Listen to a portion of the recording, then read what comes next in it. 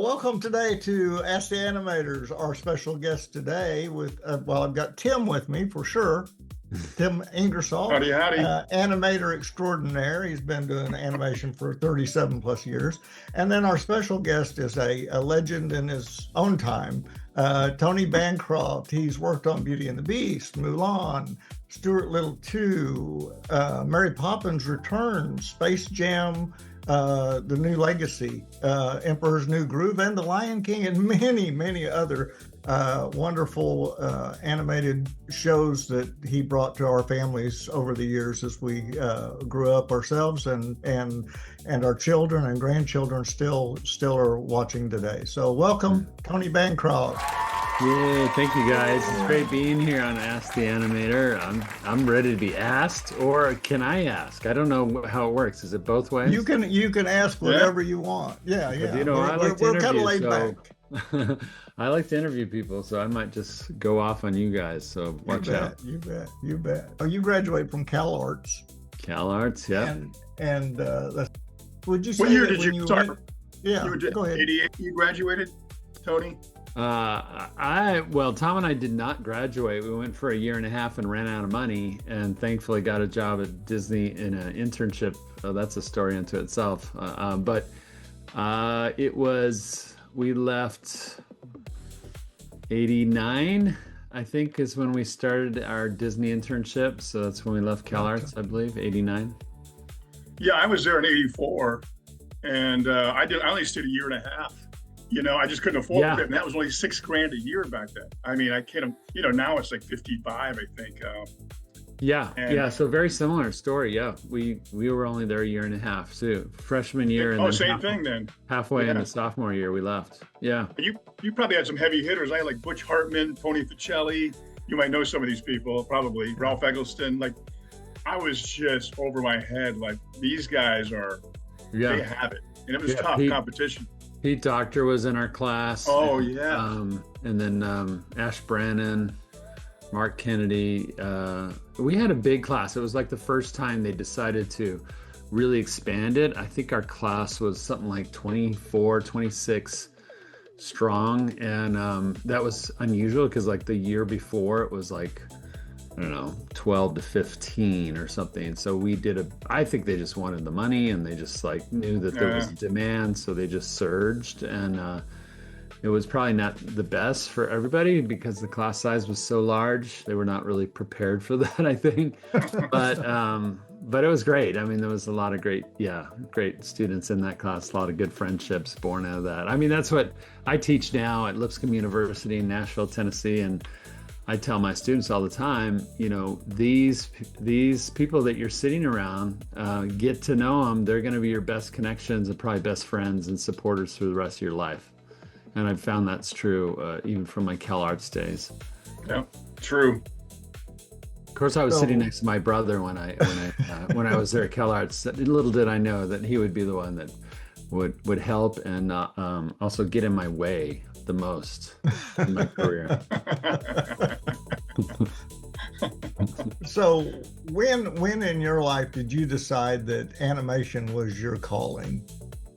I mean, yeah, I was really bit by the bug a little bit later than you'd think, because for Tom, and it's hard to talk about my story without talking about Tom, because we were there every step of the way, and we've always shared the same passions for art and drawing. I mean, everything exactly the same, except for our sense of wives, our choice in wives, totally different there. Thankfully. But everything else totally the same. But we started drawing when we were like 3 years old or earlier, and just constantly drawing. But our inspiration at that time in early stage was comic strips, and we were greatly influenced by Charles Schulz and the Peanuts comic strip, and then Calvin and Hobbes, of course, and Far Side, and so many that was our drive when we were in high school, and then going into we took a little time in a junior college where we were trying to figure out, like, what do we need to know to get syndicated as a comic strip cartoonist. And we read all the magazines and, you know, went to wherever we could to find information about comic strips. Not a lot out there because it was kind of rarefied air, but then we found out about we fell into animation really at that city college that we started going to in Cypress City College. It was out in Orange County, California. And we were taking a class in illustration, and we met a kid that was doing our age, that was doing these cool clay animated films. And his name was Eric Stefani, and he had started a band also with his little sister, Gwen Stefani, called No Doubt. But Eric was the inspiration for Tom and I to get into animation. And so we became fast friends. We made a stop motion film that summer together. And Tom and I were not great with sculpting. We had been drawing our whole lives. So we thought, well, if we could do this with, gravity and clay animation that melts under the hot lights, then certainly it'll be easier because we already know how to draw. We should get into the 2D side of animation. And then quickly found out about CalArts, and we were just off and running in a whole new direction of pursuit. I still thought I was going to be a comic strip artist even while I was working at Disney later when I got a job there. Up until Beauty and the Beast, I was still, I remember going in and getting, now I'm just going off, sorry guys. But I remember going in to see the directors on Beauty and the Beast. They were going to issue a scene to me of Cogsworth. I was on Cogsworth the Clock with Will Finn, my mentor animator. And I was talking about, oh my gosh, I just found out that Hank Ketchum, I told him I needed to get out of the meeting quick because I was going to go to the Glendale Galleria to go meet Hank Ketchum, the artist responsible for Dennis the Menace. He was doing a book signing there. He had a new book out. And they were like, what's your fascination with comics? And I said, well, that's what I want to do. I mean, they're like, you're here at Disney as an animator working on Beauty and the Beast. And you're telling us that's not what you want to do? And they're like, you should really figure out what you want. And and long story short, I actually left that office with the directors on Beauty and the Beast, went to the Glendale Galleria Mall, and met Hank Ketchum for the first time. And if you know anything about Hank Ketchum, he started as an animator at Disney long time ago. Worked with like Freddie Moore. Yeah, he was in Freddie Moore's unit and stuff like that. And so he had started animation and left to go into comic strips when he created his stuff around World War II or right after. And I went to go meet him, and I'm like, I was just this little kid with my book that I wanted him to sign, and I'm like, I'm an animator too. I work at Disney just like you started out. But what I really want to do is what you do. I want to be a comic strip artist. And he was just like surly old guy, right? And he was just like, kid, let me tell you, that's a bad idea. Everything's been done in comic strips. They're drying up. They're dying out. Stay in animation. That's where the future is. And this is right when Pixar was just starting to do like Toy Story and CG stuff. He's like, there's that new computer animation, and there's just a whole world of animation's gonna keep growing and building. Stay in animation. And I did. It was that talk with my surly, hero of all time, Hank Ketchum, that after that day forward, I just concentrated on my animation and put my all into it. That's amazing. Wild. I don't even know what the question was. I just went off. I asked you how old you were when you knew you were going to go into animation. But yeah, I mean, most animators will tell you how the clock's made, and that's what we want. So we're pretty laid back here. We just want to enjoy your stories. I'll try. I'll be better. I'll just keep it short to one. No, you're fine. That was awesome. Well, yeah, we love hearing stories. I listened to Tim. I got started late in life in animation. I went to Animation Mentor. Tim was one of my teachers. Oh, no way. I was 58 years old. Oh my gosh! I just finished my school 8 months ago. And so you guys that have been in the industry all these years, I love hearing. Tim can tell you, I do a lot of research about animation and the history. I've learned 3D, but I've always drawn. I drew since I can remember. My dad was an artist. And like you, I mean, I grew up on, I'd sit with Dad and he'd read, Alley Oop and all these cartoons. But I never knew it was an industry that I could get into, or I would have a long time ago. Yeah. And to hear the stories that you guys have, I mean, I don't think the animators today understand that they will have so much more of an understanding of what they're doing if they know the history. Yes. You know, yes, I talk to my students all the time about that. Yeah. So many people, they get into any kind of industry and they learn what they need to do, but if they don't know the history, they don't pick up things that they could, and that will make them that top tier animator or whatever they're into. Not that I'm a top tier animator, because I'm like down here somewhere, but you know, we keep trying. You know what they say, I'm a poser. Everybody, you know, we all think that we probably don't deserve to be doing what we're doing, but well, you got good company in animation. We're all posers. We literally pose our characters. That's true. That's true. Good point. Keyframe. Yeah. Good point. Good point. So, well, what do you think? Well, if you were to think of the animation you do with 2D. Now, do you do 3D animation? Or just I've only 2D? directed CG projects. Okay. Yeah, I've directed them, but no, I'm not an on-the-box guy. I'm only 2D animator. Well, let me ask you this. If you were to talk to new animators today that are working in 2D or 3D, and I know you've kind of hit on this on your podcast at times, what would you tell new animators they need to do as far as looking to the future for jobs? That's a good question, and it's a tough one these days. You know, not only have we had changes in the industry, so we're definitely in a downturn, but I will say, as an encouragement to those listening, you know, in my I think I've been doing it as long as Tim, 37 or so years in the animation industry. What I've seen, and I'm sure you guys have too, is that there's a lot of ups and downs, and there's down times and they're usually followed fairly closely by an uptime. I think we're about to go into a more productive uptime with more hiring and more projects engaging. But the whole AI thing, I don't put a lot of stock and fear into AI like some do. But I do think it's going to change our industry. I just don't think it's going to be as dramatic as everybody thinks and says and worries about.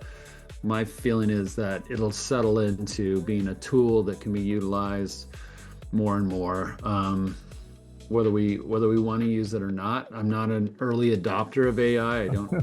I'm not on the bandwagon at all. I like handcrafted 2D animation. I would rather go back in time to flipping paper again than forward into, you know, prompting AI to do stuff for me. But it has to be a tool that is driven by the author, by the artist in this case, that is creating something. We got to keep things as human as possible. Yeah. There's always been a threat. I mean, I've been doing this actually a little longer than you even, Tony, but obviously you surpassed me a million times with how far you've gotten in life.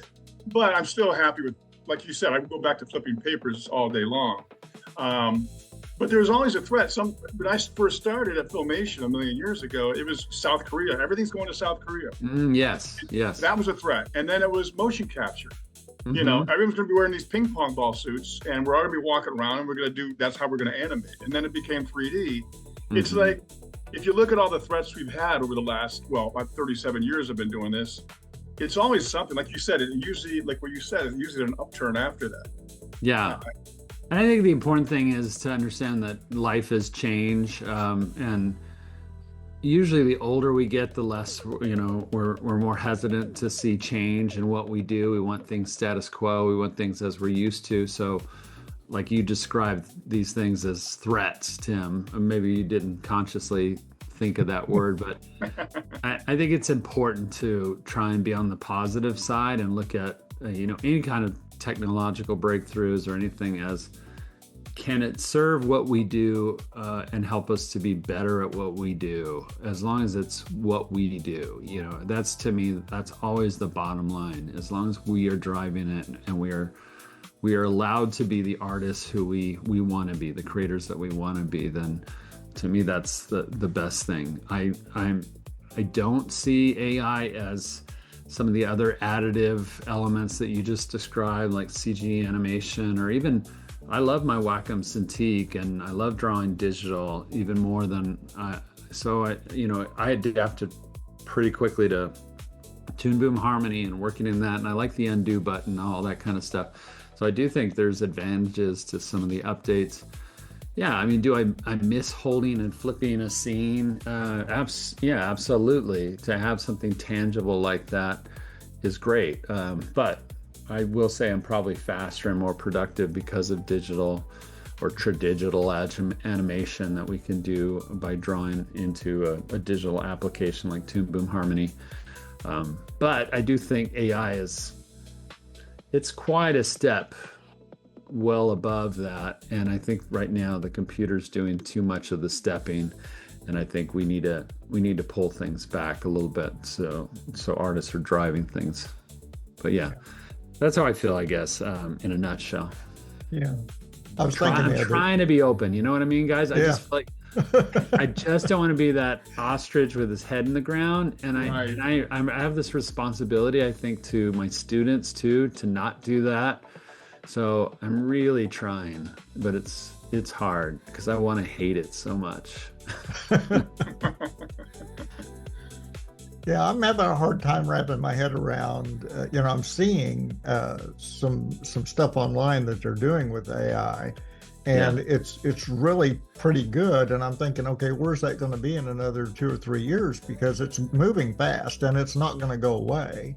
Yeah. But I do believe that, in my opinion, at some point you're going to have people who are artists who are 2D, 3D, and stop motion animators that deal with, timing and spacing and squash and stretch and all these things.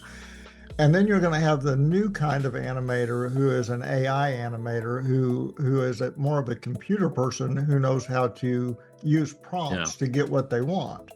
Right. To me, it's going to be something completely separate eventually.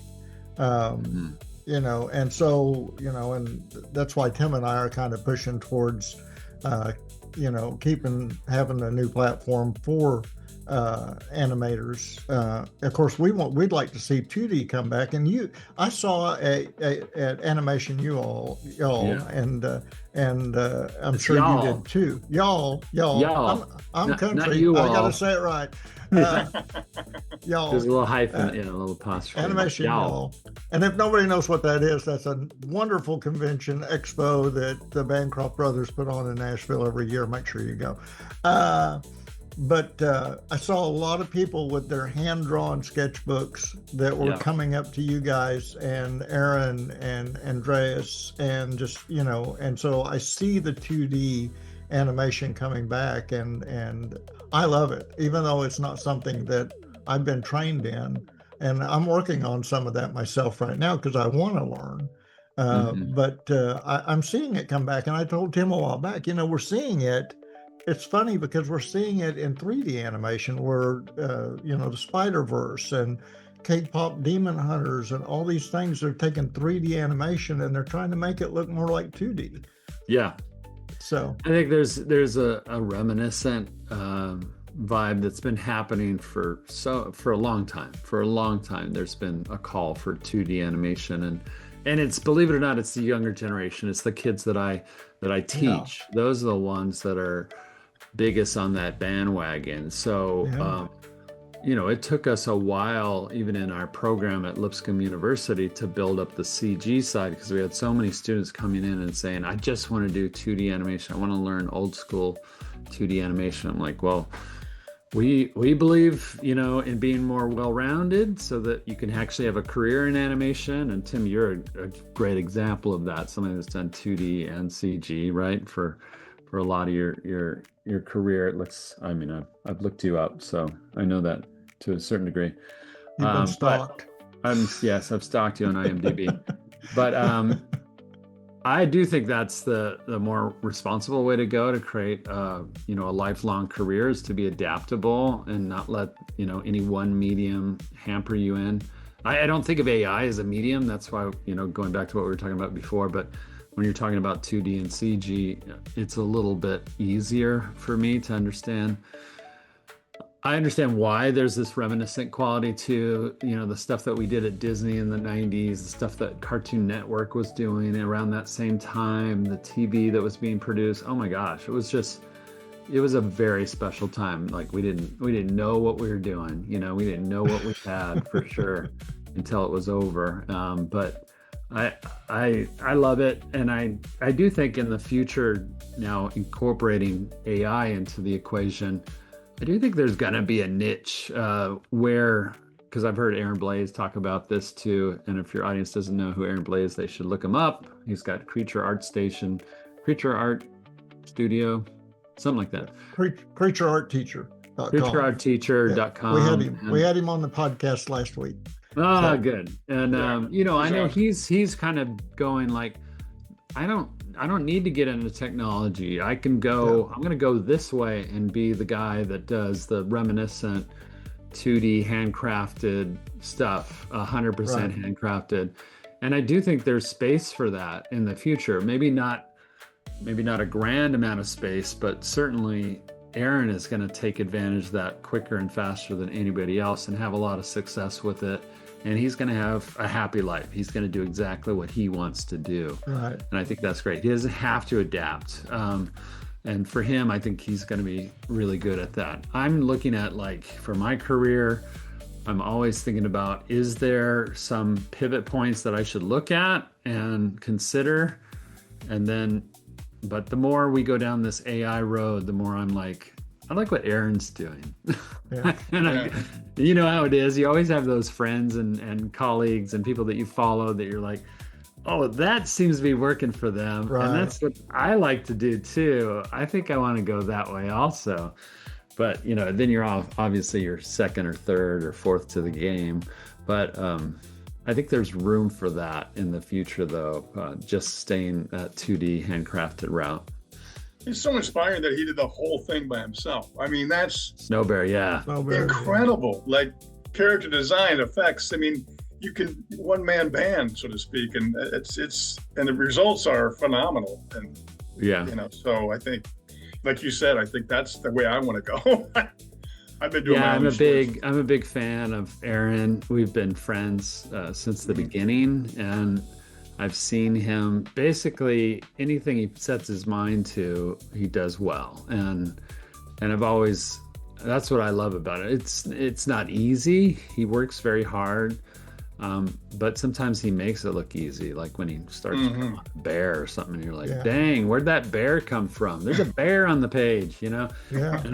It's like, dang. He was doing a leopard a few weeks ago. My wife and I were watching YouTube, and in 30 minutes he had something that looked like it could leap off the page, and I said, I wish I could do that. He's pretty amazing with his art. There's people like that, and I just admire them, and this is where I use examples too to my students, because they, the younger generation tends to think that, oh, everybody's better than me and blah, blah, blah. And, and they look at me as their teacher or what I've achieved in my career and go, oh, Tony's one of those people they don't have to work hard or it's easy for them. It's like, no, I struggle all the time. I mean, you guys, I'm sure that are the same, but I work on a drawing and it's not right. And I throw it away. I get another one, Procreate, so I can just start another layer. And I love that. And I'm just like, I've always had to work at getting something that I'm halfway happy with. And I think that's part of what it's the trying to achieve greatness that is the game. It really is. That's what it's all about. And it's why, going back to AI again, it's why AI fails, I think, in a lot of ways, is that the people that craft and make that program and design AI systems and platforms, they don't understand that it's the process where the joy comes from. It's I hate this, I love this at the same time that we go through as creative artists. That little artist torture thing that we do, I think that makes us great. Hey, Tony, real quick. Do you teach storyboarding too, or character design? Or you do I'm it gonna all? be in the fall. Yeah, I Yeah. do. Yeah, I've done. I do a little bit, teach a little bit of everything. My specialty is definitely 2D animation, but yeah, I teach storyboarding and character design 1 and 2, and all kinds of classes like that. But usually always even concept design, and I've done that from time to time. But it's always on the 2D side. I just don't teach any CG. I always push your brother's book, Character Mentor. I'm like, it's a great book for animators because you're pushing the Yeah, poses, good for character design, but really great for animators just to see if here's a yeah, weak pose, here's a strong pose. So I always say, get Tom's book. Yeah, one of the that's top three. nice. If he was here, he would say thank you. Yeah, yeah. I'll Get your say, residuals. and since he's not, I'll say I have a book too called Directing for Animation. It's Oh, out really? Oh, Vocal Press. It's available on Amazon.com. Go see it. Yeah. check that out. Speaking of directing, Yeah. you were directing on Mulan. Yeah, I did. Um, I was co-director with Barry Cook on it was called The Legend of Hua Mulan originally, but yeah. was that the first show that you directed? First film, yeah. Yeah. First time, and yeah, talk about imposter syndrome. I dealt with that. So quite a bit. what was your biggest lesson My directing biggest Mulan? lesson, not to micromanage, I think, and to allow these great and talented artists that we had on our crew to be who they were, and try and find unique opportunities to bring that out even more, to allow them to have as much control as I could with where their characters were going or their backgrounds or whatever it is that they were doing, just to be a support. And as a Christian too, myself, I just feel like, Jesus showed that more than anybody, was that to be a servant to others was really where it was at.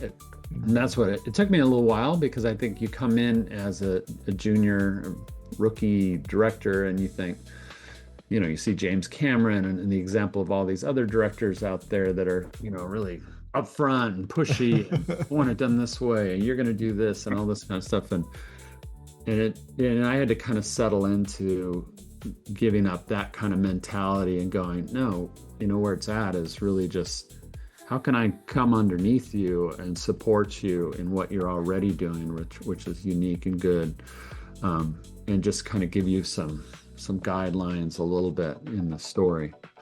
Now, just for our audience, you say you're a new director and a junior director, but you're not patting yourself on the back enough because you won an Annie for outstanding direction in Mulan. That's a big deal, especially for somebody as a first feature that you directed.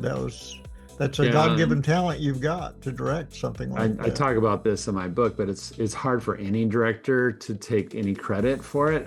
I look at that award as like a team, spirit award, because Barry and I couldn't make that movie ourselves. It was really on the backs of some of the best crew in the world that movie did well or had any kind of achievement in the box office or anything. So it's hard to take a director's award and act like you deserve it.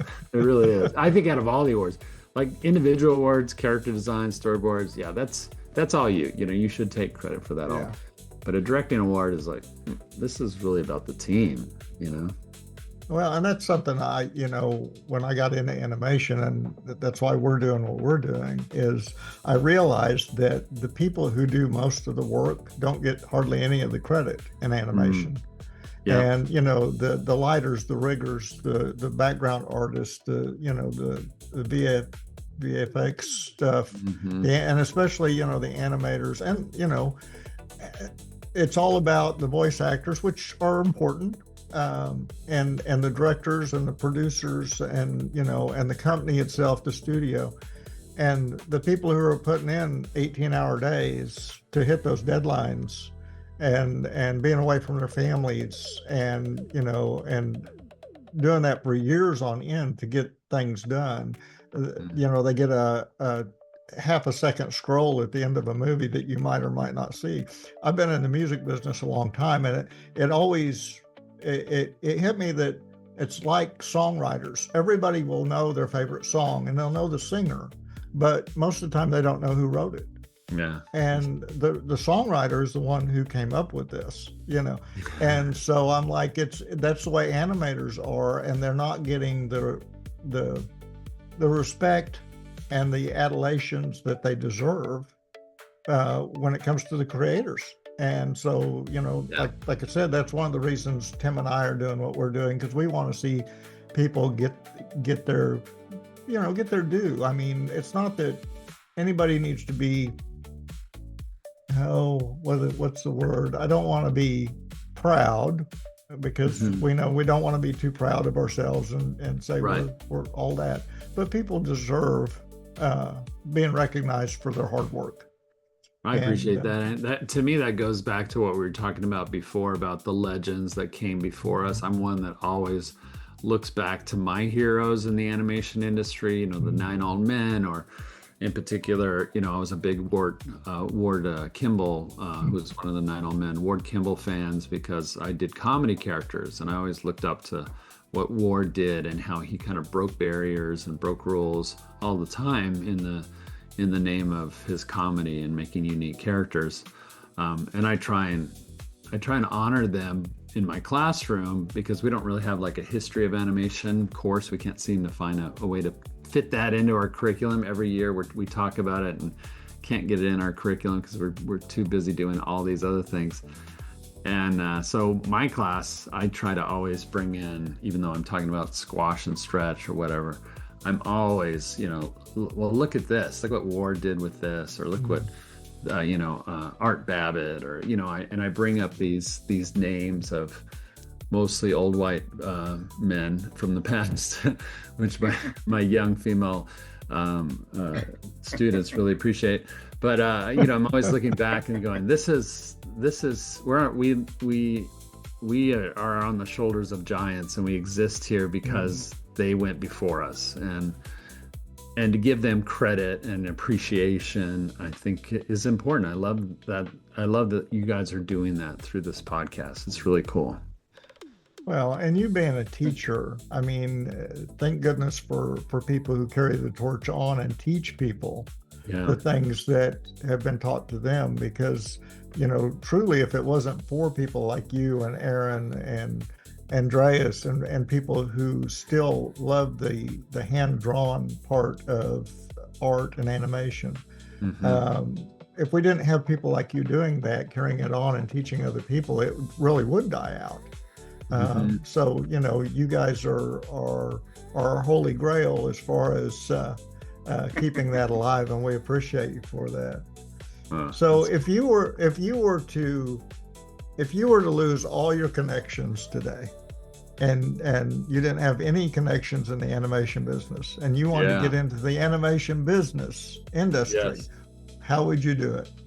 I mean, this is, again, going back to my students, I'm really putting myself in that mind frame, because they know each other, they have each other, and that's great. But to me, I think that's the value of expos like Animation, which Tom and I started in Nashville. There was nothing like that in the South, or even the East, really, of our nation. Everything's out in California. But those are very valuable things to go to. Lightbox Expo, CTN Animation Expo. It takes a lot, especially for the younger generation. Most of us are introverts, most of us artists in general, but particularly the generation below me and below all of us is definitely, they're used to being indoors and just in their caves. And it's hard to get out. It's hard to make those relationships. But also social media. I'm a big advocate for social media. I know a lot of Christian parents don't like that for their kids, and we have a lot of homeschooled Christian kids that come into Lipscomb's program, and I'm like going against their parents by saying, you need to get online. You need to have a presence. Show your work, because to me that's the best way to market yourself. For people to actually, you can, and Instagram is basically a curated portfolio that has a life, and it's continually going forward and moving forward, just like you are as an artist. So there's really no better way of getting out to the world who you are as a unique artist than Instagram. And so many people these days are getting jobs based on their relationships and connections that they've developed through Instagram and just having their work out there. That's literally happening, and it's probably the number one place that art directors and anybody that's hiring is looking. Is they're looking on Instagram for their next hires. So I don't know. That's definitely what I would do. Is I would try and think like, not like I did in my dinosaur days. I would have to think like somebody that was coming into the industry right now, and it's about, you got to have those connections. So if I tomorrow didn't have any connections, I would go about building those connections. It takes discipline to constantly post things and looking at, you're always comparing yourself. I mean, I hope you don't, and I know you don't, but a lot of artists do. I absolutely. I have a twin brother that's a great artist, and that is, I hate it. I mean, it's he's always putting things up there, and I'm going, oh man, that looks good. I need to, what can I put up? I don't have anything. And I'm like, I gotta create something.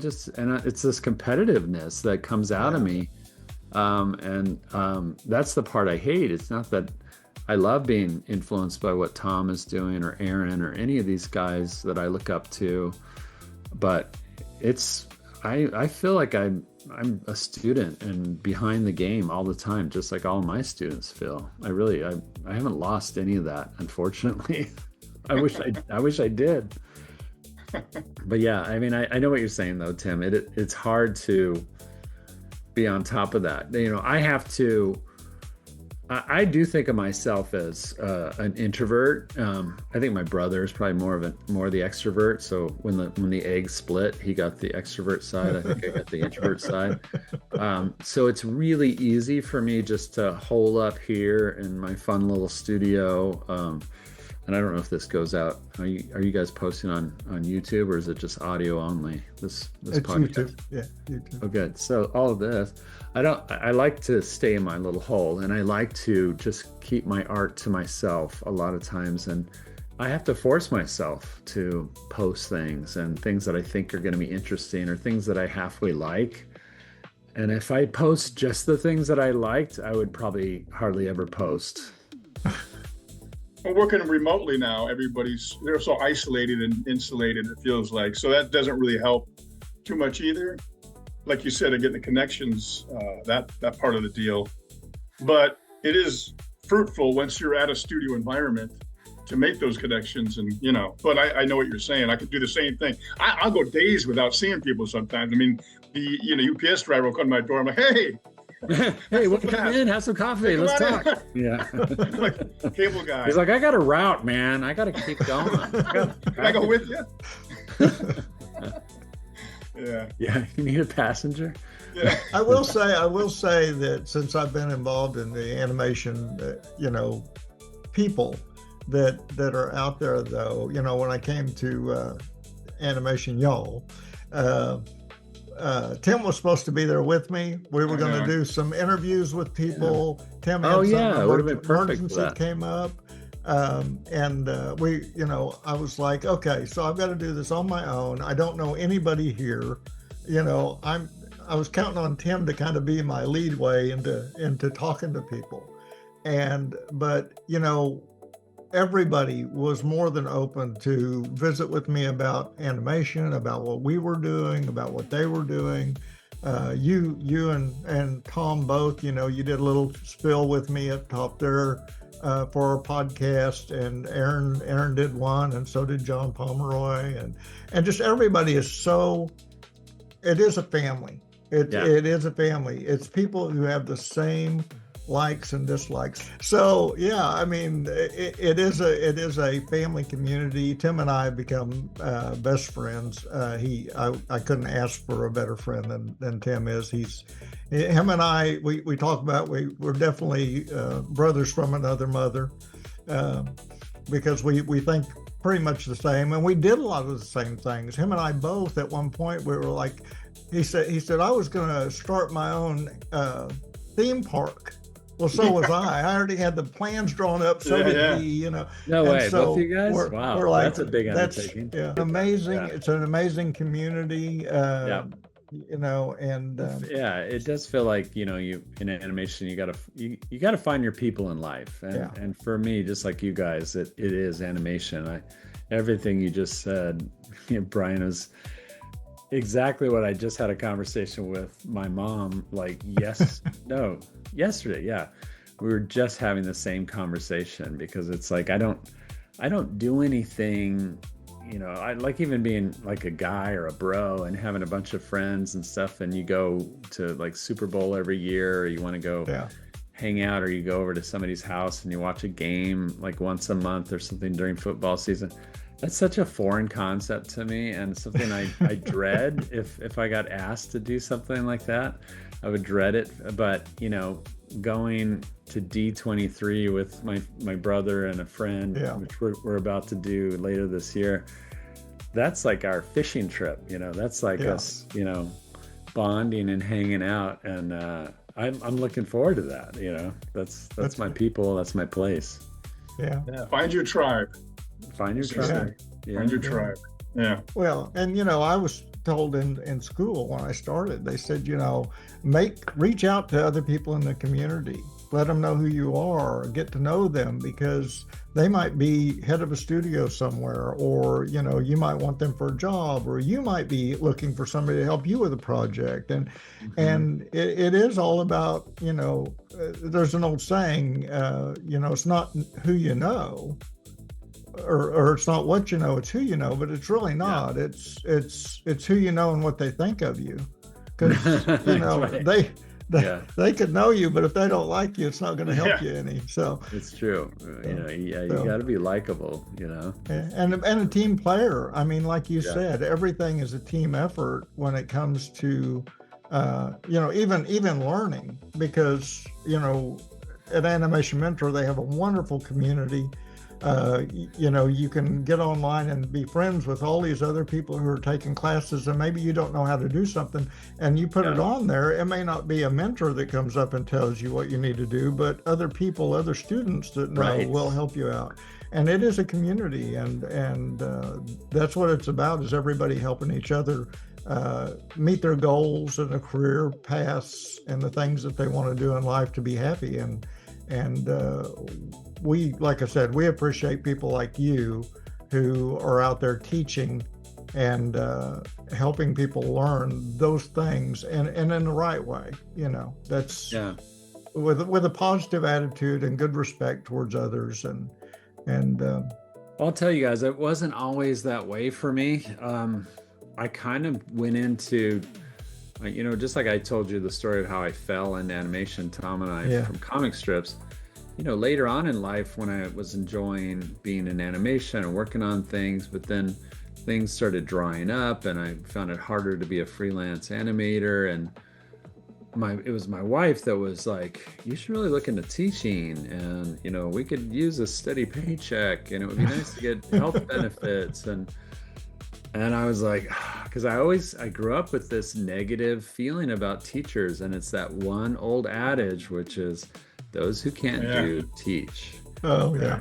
And I thought going into teaching would be a way of saying, I'm either retired and I'm not doing anything anymore in the industry, say goodbye to my career and all that kind of stuff, or I'd be looked at as, well, he just couldn't stay relevant. He couldn't stay on top of his game, so now he's teaching. And I hated that I felt that way about it, because I do feel like it's such an important thing, and yet I had that chip on my shoulder, and it wasn't until I actually did it, and actually this is where it's great to have a twin brother, because Tom started teaching first out here at Lipscomb. He started the program at Lipscomb, and I was in California, and I kept asking him, do you like it? Do you feel fulfilled? Is it creative, interesting? And does it give you time to do other things? And he was liking it, and he was always positive about it. So I got asked to start an animation program at Azusa Pacific University, another Christian school, but back in California. And I jumped into it because my guinea pig brother, Tom, said it was fun and good. And so my very first class, I loved it. And I just thought, I love seeing, Brian, what you're kind of talking about too, that spark moment, that light bulb that goes on when you teach something to somebody and they'd always wondered about something, or they learn something for the first time, and it unlocks a new pathway in their brain of thinking about something that they already love to do and want to learn and grow in. And those moments, they happen all the time. And to have that in my life, not only does it help me to remember what it was to be the student on the other side of the table, you know, the one that's in the chair there learning. And I appreciate that. It keeps my mind younger and wanting to grow and learn. But also, I just feel this responsibility to pass on, like we've been talking about, pass on what I learned and the people that I grew from, and the inspirations that were part of my life, the things that excite me about animation. Those are the things that I want to give to others and to the younger generation, particularly, because they're the future. They're the game changers of where animation is going to go. Yeah. How many years has it been now you've been teaching? Counting my, I've been 4 years now in Tennessee. I moved out here at Lipscomb 4 years, but before that, 4 years at Azusa Pacific in California. So It's been about 8 years. Yeah. Wow. So you're getting students that are getting jobs. That's the most fulfilling thing for me, when I get that email and I say, please keep in touch. And I do get those emails when they say, hey, I got the job, or I got the interview, or the internship. And I'm like, I did my job, kind of, you know, like I feel like I did pass the baton on. I mean, your stature in life and all you bring to the table is so much greater than me, but it does have that fulfilling, like you said, when the light bulb goes off or the student gets it, it's really rewarding.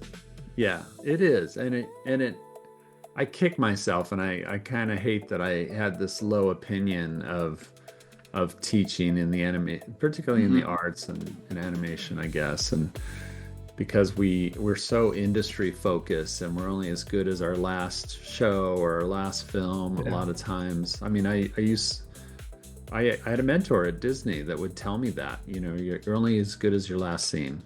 And I was like, dang, you know, it put such a competitive and a strain on my relationship with animation early on, you know, because I was just doing it in the beginning because I loved it, but and then here I was part of this grand tradition at Disney, and so in the 90s when we were working on these films, and I never thought we were doing what the Nine Old Men did. That was just another level in my mind. I still think it was another level of compared to what we were doing in the 90s on, you know, these films that my students all grew up on, basically.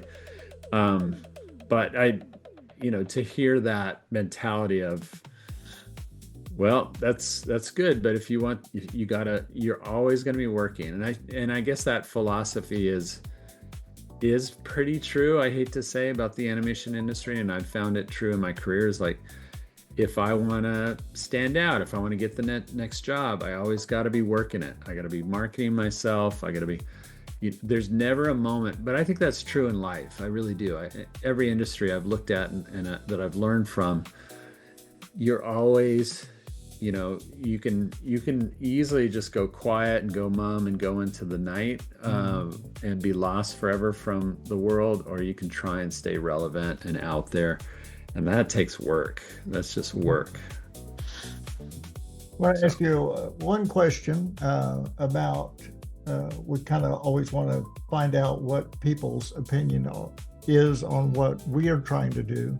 So if family-friendly animation had a worldwide streaming home where creators could own their work, audiences could discover films outside major studios, how do you think that would change the future of animation over the next decade? Well, I think that's really relevant for where we're already going in the market of filmmaking. And, Hollywood is already jealous, and we've seen it very currently with, movies that have come out by independents, and they're just blowing up in the box office, and they're YouTubers making films, and they're making what they want to make, and they're making what their fans want to see. And I think in the independent world of animation, we need more of that because I do think that is the future. It's not the big studios. I think if we're going to make changes, and if we're going to give the audience what they want to see, it's really what we want to make too. Right. They're one and the same, and so we need to plug more into the human side of what interests us, what intrigues us, what are the stories that we like to see or hear, and then put that stuff into the world. So I think it's a great idea and very timely for right now. Well, thank you for being here today. Yes. I want you to make sure you send me, drop me an email with your mailing address, because I want to send you a set of coasters that we make. So it's like a little animation disc, but you don't have the pegs. You kept it flat, right? So I kept it flat. Yeah, it's flat. You can't put paper on it. Yes. But send me that. Also, for our viewers, if you drop us an email that says entry to asktheanimators@gmail.com, once a month we give away a set of these discs, and we've got some other things we give away too. So yeah, right there. There's the disc. There you go. Yeah. I have a wood frame instead of the metal or the plastic. We also give away these pencil holders. That look like a my desk. gosh! I have a collection of little animation desks like that. So I have Mickey at the. Well, maybe I need to send you the pencil holder instead, or maybe both. Oh, that's cool. There's Mickey flipping. That's awesome. Oh, that is great. Is that 3D print? Did you make that? No. This is Hallmark. Hallmark. Hallmark. Really? It's an ornament, Christmas ornament. There you go. Is that Hallmark too? No. This is an artist that does these. I guess it is 3D printed little, and makes a little pencil, and there's paper. That's cool. There's actual paper on the desk, and the paper's punched. And that's awesome. And there's some nice little details about this one. Wow. That's so cool. And it comes with a little animator. That's That's cute. I love that. Very cute. Thank you so much for being here with us today. We'd love to keep in touch with you and let you know what we're doing, and we'd actually like to see if you'd like to be involved in any way, and we'll send you some information on that. But you and Tom both, we love what you're doing, and we love the moral part of your lives. We appreciate that a lot. Yeah, we did talk about Light of the World, but we made a 2D animated feature about Jesus that came out last year. So. Well, let's talk about it real quick, and we'll put it in there. Well, what is the Light of the World? Light of the World is a 2D animated feature, feature length that was done independently. It was all funded, like a $20 million budget. This is the miracle part of it, is that we had a $20 million budget to make this 2D animated feature, 2D, and the investors and owner of it, he wanted it to be 2D, so we didn't have to wrestle that out of him.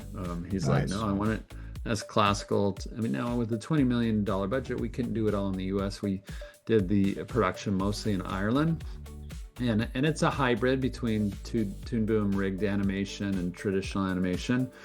But I think it's got a really good, unique look. It's very stylized, more like a Cartoon Saloon kind of style. And a lot of animators that work for Cartoon Saloon in Ireland worked on our film.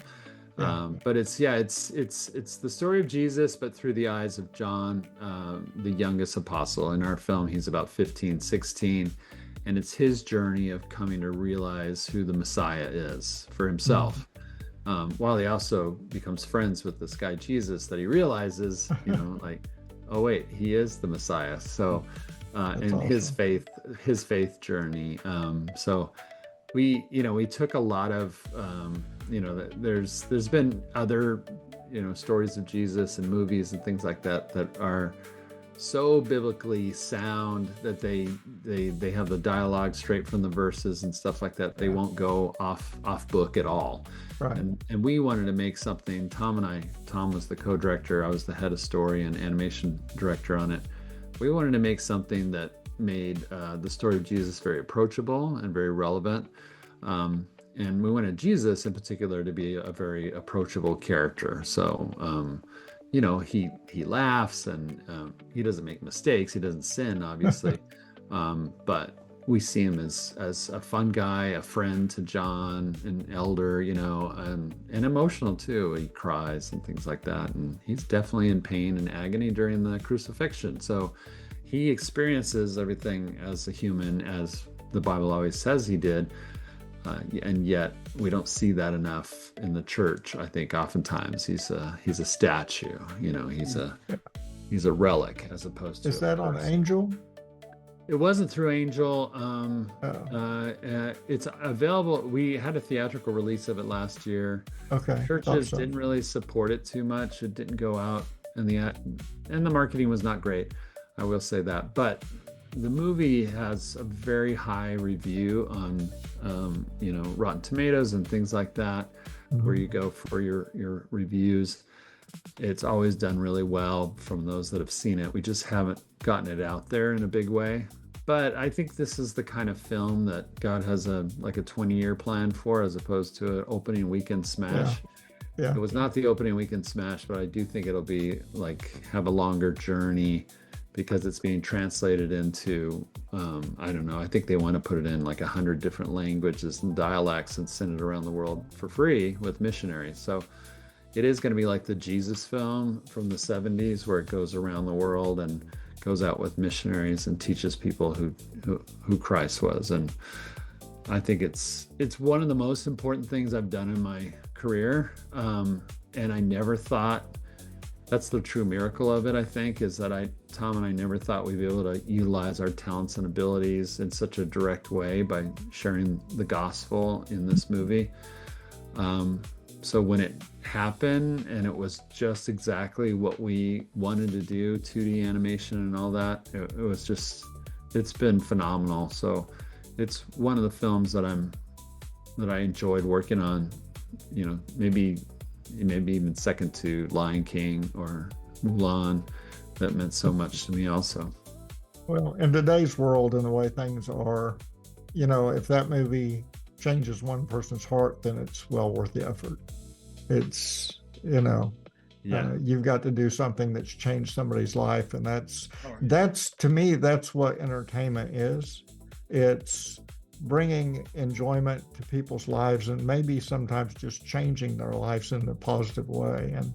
And if you can do that through what you're doing, then even if you do one person, it's worth it. So, well, I think that's something that Tom and I have enjoyed more in our later years, is having an understanding of it's okay to say you're a Christian. It's okay to have faith and a spiritual side, and let people know about it. And I guess that comes with we just don't care anymore. It kind of, that's an attitude that the older you get, the less you care about what people think. And the positive side is that, now we're conscious of sharing and planting seeds. And, I know for the listeners that aren't Christians, that planting seeds is kind of a corny sounding term, but it's something that we say because it really is. You don't have to be on a pedestal and preaching really hard about, you got to do this or you're going to go to hell. It really is how we live our lives, and how we put that out there, how we're just open and honest about who we are, the trials, the tribulations, but also the miracles and the wonders that we've seen in our lives that can be inspirational to others. We'd love to have you at Animation Y'all also all in with us. Animation Y'all next year. It's going to be April. It's animationyall.com. We still have last year's stuff and content, but so people can see what it's about. We do talks and panels and things like that. We have special guests that come, and then all the exhibitors that are so great to meet and see. And we'd love to have you guys exhibit.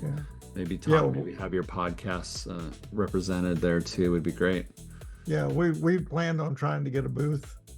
We thought it would be fun. Tim does caricatures, and so he could sit and doing those, and we can talk about animation. Steven Silver there last year. Steven's good friends with Tim, and that's a great idea. And we thought about setting up just our couple of seats and some mics and some videos, so we can have people sit down and tell us what they're doing at the live there. So we're looking forward to that. And so, and the website is animationyall.com. Is that right? Yeah, and it'll go live for the New Year's for April 2nd through the 4th, which is when we're going to have the next one, April 2nd and the 4th, 2027, sorry. But that'll go live probably mid-August. But you can still see last year's content if you went to it right now. Yeah. And you can see some interviews that I did at Animation Y'all on our podcast. I think that was number 3 or 4 that we did. So that's awesome. So yeah, I appreciate you guys letting me come in and do that too. That was a lot of fun. Yeah. But even though Tim wasn't there. Okay. Well, I know. Next year, I'll be there. So, I feel but like do you have we're gonna anything? be Do you old have friends. anything else going right now before we get off to any projects you're working on? I have a couple I can't go into because they're really early stage. Okay. But there's things that I'm passionate about doing, and probably more on the faith side. For the future, I'd like to stay within that territory. Not really do, Anyway, but I'm also building for next year's, for the fall. When I start teaching again at Lipscomb, got a lot to get ready for. Awesome. Well, we sure appreciate you being with us today and giving us all your insights. We look forward to visiting with you more and getting to visit, and maybe even working on some projects at some point. So that would be great. Thank you, guys. I love what you're doing too. All right. Mutual Admiration Society right here. All right. Well, bless you, and you have a great week. Thank you. You guys. Thank you, Tony. Happy animating, everybody. Happy animating. See ya.